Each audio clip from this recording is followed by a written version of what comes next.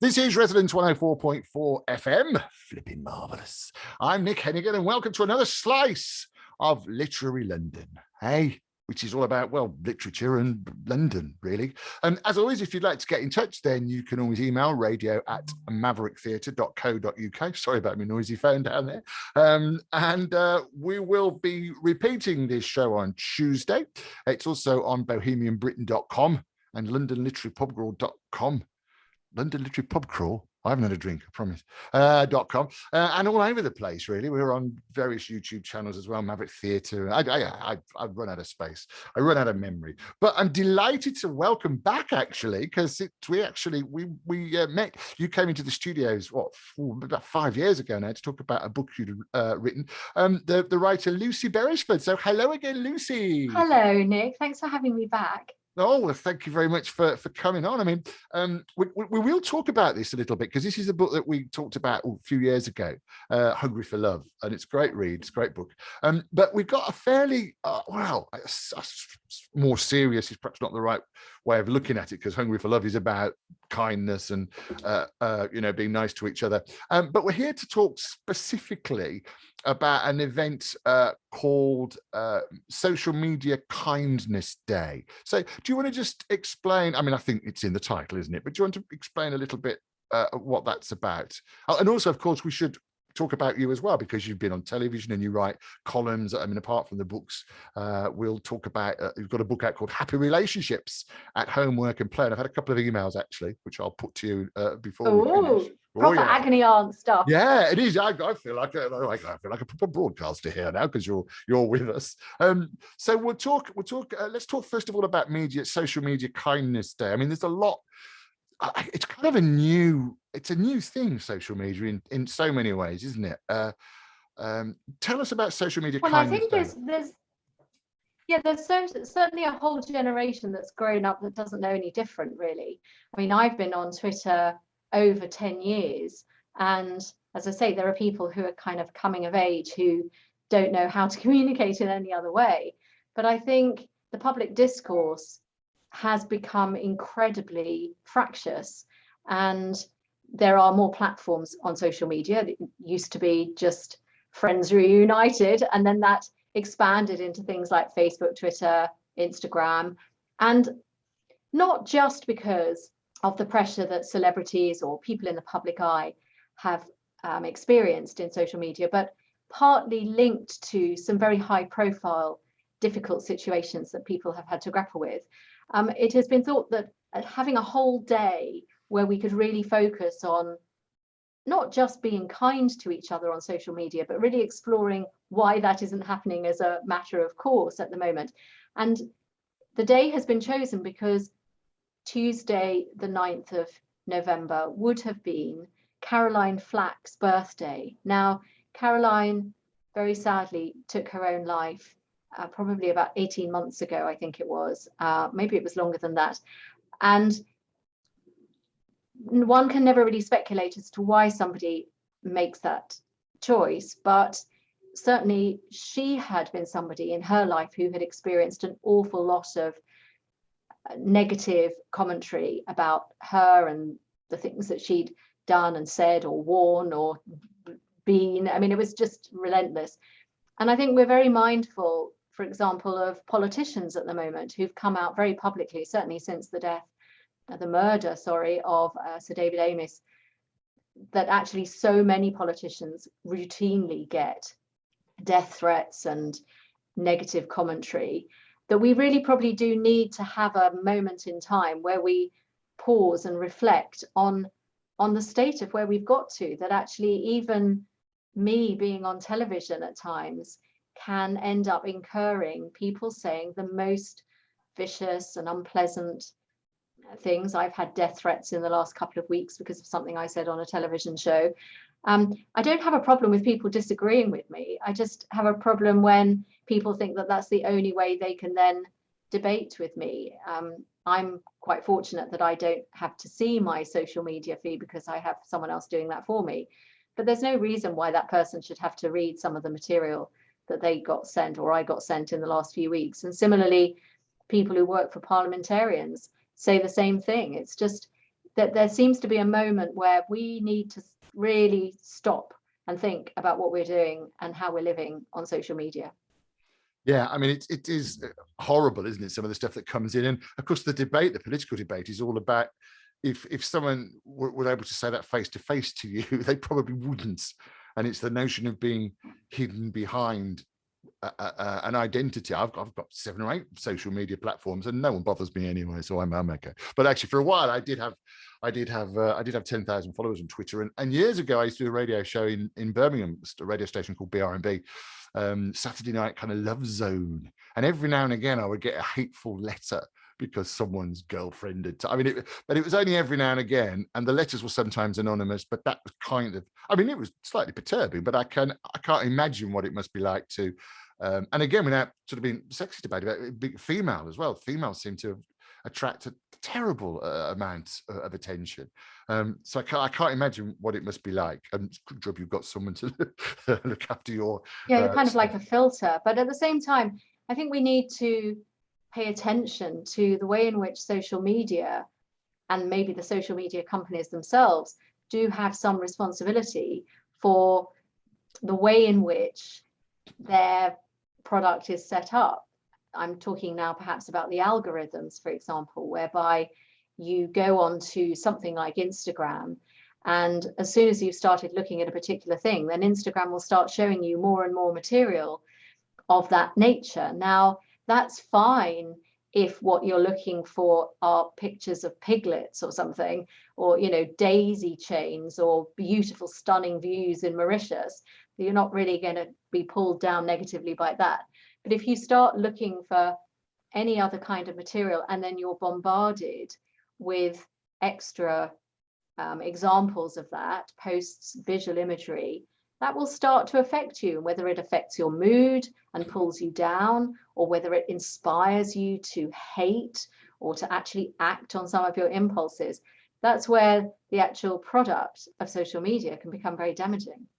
I suppose it's interesting as well. You're a psychotherapist, aren't you? Sort of trained in the... practicing psychotherapist. Yeah, I suppose it's interesting as I did some research years ago for a play I was writing, and some of the research I did online, when it arrived, it was horrific. And it was, I think, more horrific because I was sitting at home on a computer doing the research. I guess when I say it's an anthropological thing, in one sense, I suppose, as creatures, we're not built to deal with that kind of sudden aggression. There's a fight and flight thing, perhaps, that we all have. And I do wonder whether that has an effect on how it affects us. Yes, I think, different people process information in different ways. So some people are very visual. So if you write something down in black and white and it's really vile, then that can really affect them. Whereas other people, a bit like me, I just delete, or I press the mute button. So it doesn't seem to affect, it affects people in different ways. But I think what's really worrying about social media is the poor impulse control that it seems to engender, because it's a bit like your comment, if you wouldn't say it to someone's face, then maybe you shouldn't say it on a post or a tweet. Similarly, they often say, if you would be embarrassed for your grandmother to hear you say something like this. But people don't think those things in their head. They think they have that emotional response to something. It could be a story in the news, or it could be something that they see in the media, and then they just literally respond. Now, that's quite primitive behavior. That's a real knee-jerk reaction, and we spend most of our early years having those kind of impulses ironed out by our parents or our teachers, who say, no, you can't say things like that, and you can't show parts of your body in public, and you can't go around punching people in the playground. So we educate small people how to function in the world, and then they grow up and they think that on social media they can go back to that much more primitive behavior. Yeah, it is a fascinating subject, isn't it? And one I'm sure that all sorts of people will be talking about for a long time. Let's talk about the practicalities of social media kindness day, because you write about relationships. I say you've got your current book is called Happy Relationships, which we must talk about. And actually, there's a section in there on how to cope with your relationship with social media, because it's just such a prevalent part of our lives now. So how do we do that, and how does that transfer? What should we do on Tuesday to celebrate social media Well, I kindness think there day? are a few things, and I would almost give different advice to different people. I mean, for some people, I would actually advise them to just not be on social media for the whole day and really experience what that would feel like, and also to really invest in other activities so that they can remind themselves of what life used to be like before social media took over.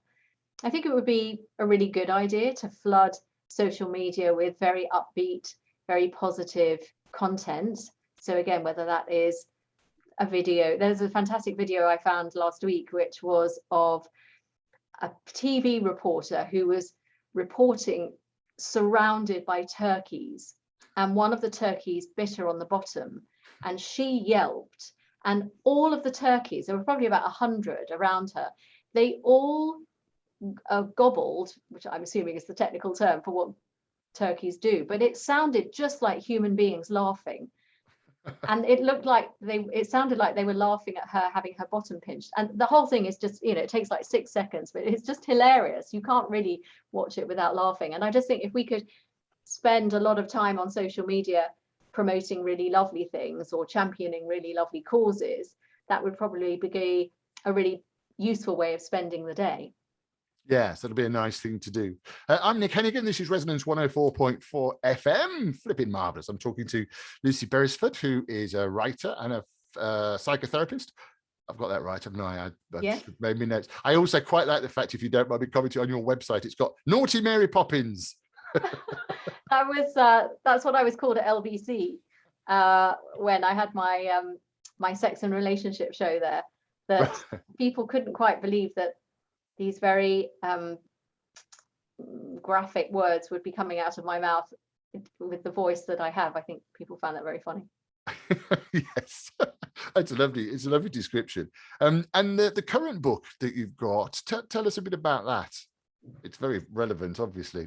Yes, I mean, Happy Relationships at Home, Work and Play is a guide really to having great relationships. But it stems from the premise that in order to have great relationships with other people, your colleagues, your partner, maybe your parents, if they're still alive, your kids, if you've got them, you need to have a really good relationship with yourself first. You need to treat yourself with respect and compassion, which we're all pretty bad at doing from time to time. And if you get that right, and obviously that relationship is going to be the relationship that you'll have in your life forever, then you'll be in a better position to have stronger, healthier relationships with other people, because you'll be more grounded and more boundaried. And yeah, it's a really important aspect of my work, is to encourage people to have that great relationship with themselves. But then the book, which is structured along the lines of some agony aunt letters, it poses lots of different scenarios that you might find in the workplace or in a family, maybe with your siblings or maybe with your best friend, and then it gives lots of tips as to what to do in certain scenarios. Yes, it sounds a fascinating read. I've actually had a couple of emails because I put out a quick call before we started to chat. So I'll run these past you if they're okay. They're not too difficult. Oops, sorry. One is from Michael, and he says, myself and my wife were furloughed during the lockdown, and we get on really well, but we both seem to be very fed up. There's nothing we could put our finger on. Do you think this is a result of the lockdown? Has it been like a black cloak in everybody's life? Interesting. It certainly meant that the ways in which we conducted our lives radically had to change, and we didn't have any choice over it. So I think there were lots of feelings around frustration, resentment, maybe even some anger at the way in which the world changed and our personal circumstances changed. And I think also what it meant was that we ended up needing to perhaps spend more time with people, even though we loved them, that actually we had other buffers and we had other ways to dilute our exposure to those people. So we would go to work, we would hang out with friends in bars or at bell ringing or photography classes or whatever. And we might go to the gym, or there were so many things we would do, like go to the cinema. And not only did that mean we we had more concentrated time with our loved ones, and that can sometimes breed some form of contempt. But also we couldn't create new memories with those people. We couldn't go to the theatre, we couldn't go to France, we couldn't necessarily even go for a walk if it was, not outside, if it was outside our area. So all the ways in which we could nourish our relationships, they were denied us.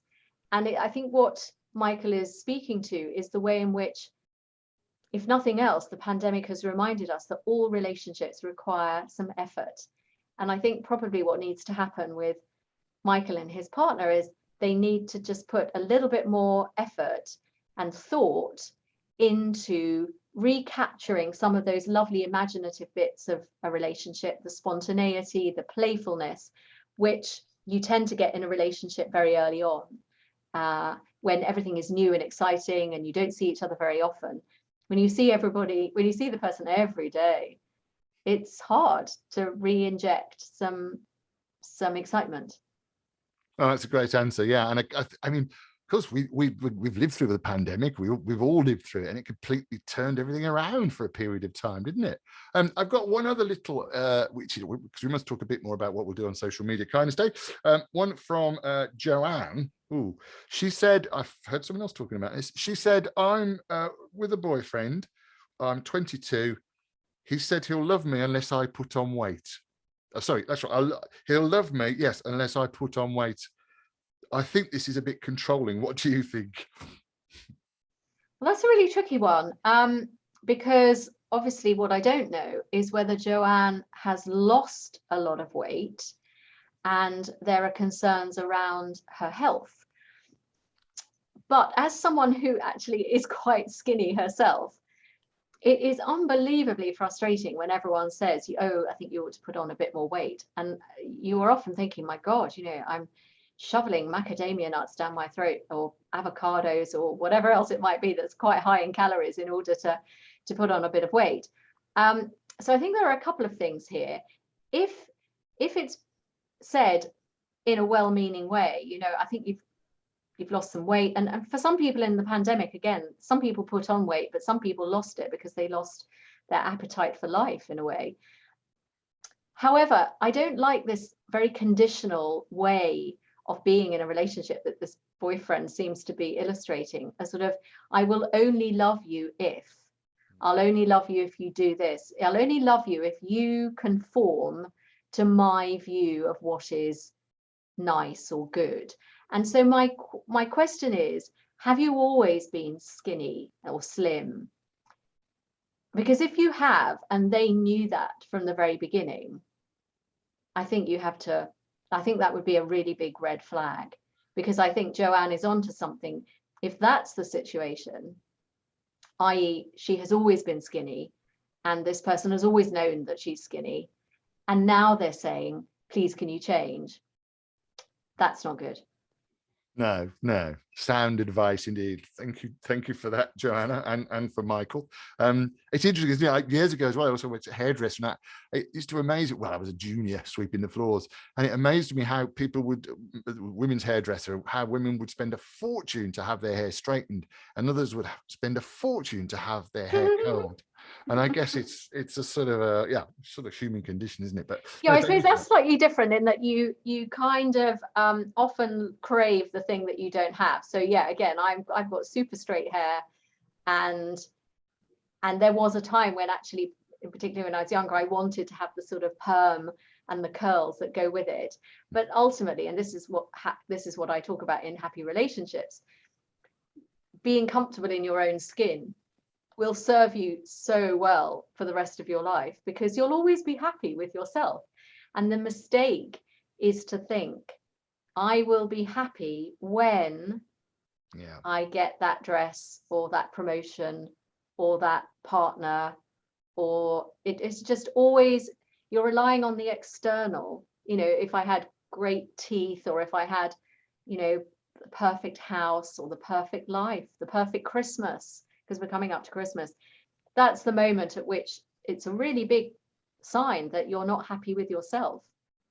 And I think, was it to thine own self be true? Either me or And Shakespeare. as Right, follows the night, the day, thou canst not be false to any man. And talking of London, I mean, brilliant. you're very cultured. I don't know if you've seen that latest production of Hamlet at the Young Vic, because I've now seen it twice. I think it is absolutely astonishing. Oh, I must Chris have a look. Jumbo is brilliant. So that's another thing that I would throw in there. I took a footballing version up to the Edinburgh Festival 2 years ago, but no, it's like so I must go and see it. Although it was slightly shorter and there are only 4 actors in it. But Oh right. So I know time tempus fugit, to quote another thing. Just briefly, how's Hungry for Love going? Because that was the book where we first met. You came. That's right. Oh my goodness. London Bridge. So I'm very fond of Hungry for Love. It's very light. One might almost call it chick lit, but I'm also grappling in that novel with some issues around, identity and also choice, because the lead character is called Jax. She cancels her wedding on the day by text. But as the sort of weeks pan out, we realize that actually quite a lot of her choices and quite a lot of the choices of her sister Carol have been influenced by the fact that they have a very domineering mother who is a sort of hybrid of Nigella meets Delia meets Fanny Craddock. She's a TV chef who's just very self-absorbed. And so the novel is very much about finding your own voice, finding your own path in life. But it's also about food. There's quite a lot in there about food. And there are little snippets of recipes at the beginning of every chapter. So I'm very fond of this book, and the audience that it's found its way to seem to like it too. And it's still available then, presumably? Yeah. In all good bookshops? Certainly on all good online platforms. Yes. And if you're listening in stereo, you can, in FM, of course, you'll be able to see I'm holding the book up now. Hungry for Love. So let's just briefly, because I know time is running on. The new book, Happy Relationships at Home. I mean, who's it for? Is it for everyone, presumably? Yes, well, it's basically for anyone who is alive, because as I say, the first chapter is very much about how to have a relationship with yourself. And I think relationships in our lives are always the source of both quite a lot of joy, but also quite a lot of pain or heartache. And if we just had a little Bible, like my book, to help you smooth out the wrinkles in your various relationships, you will have a lot more peace in your life. So really it's for anyone who is in relation to another human being on this planet, which is pretty much everyone. And again, available on all good book platforms. Yes. I know it's available in Kindle as well. And it's called Happy Relationships. Let me get the full title. Happy Relationships at Home, Work and Play by yourself. And then finally, because I know you've got to go, Social Media Kindness Day, 9th of November, which would have been Caroline Flack's birthday, bless her. What are you going to do for Social Media Kindness Day? And what do you recommend we should do? Well, I, funnily enough, set up something called the Kindness Club a few years ago. So I'm going to be I'll be tweeting from that account on Twitter. I've got 2 accounts, and I really want to try and amplify this idea of doing kind things for other people, doing kind things for yourself, not just in the social media sphere, but perhaps in real life. Because if you do it once, do it twice, do it 3 times, it starts to become a habit, and that would be a really beautiful thing. Yes, what a lovely note to end on. So thank you very much, Lucy. How can we get in touch with you if we want to know more? Go to my website, www.lucyberesford.co.uk.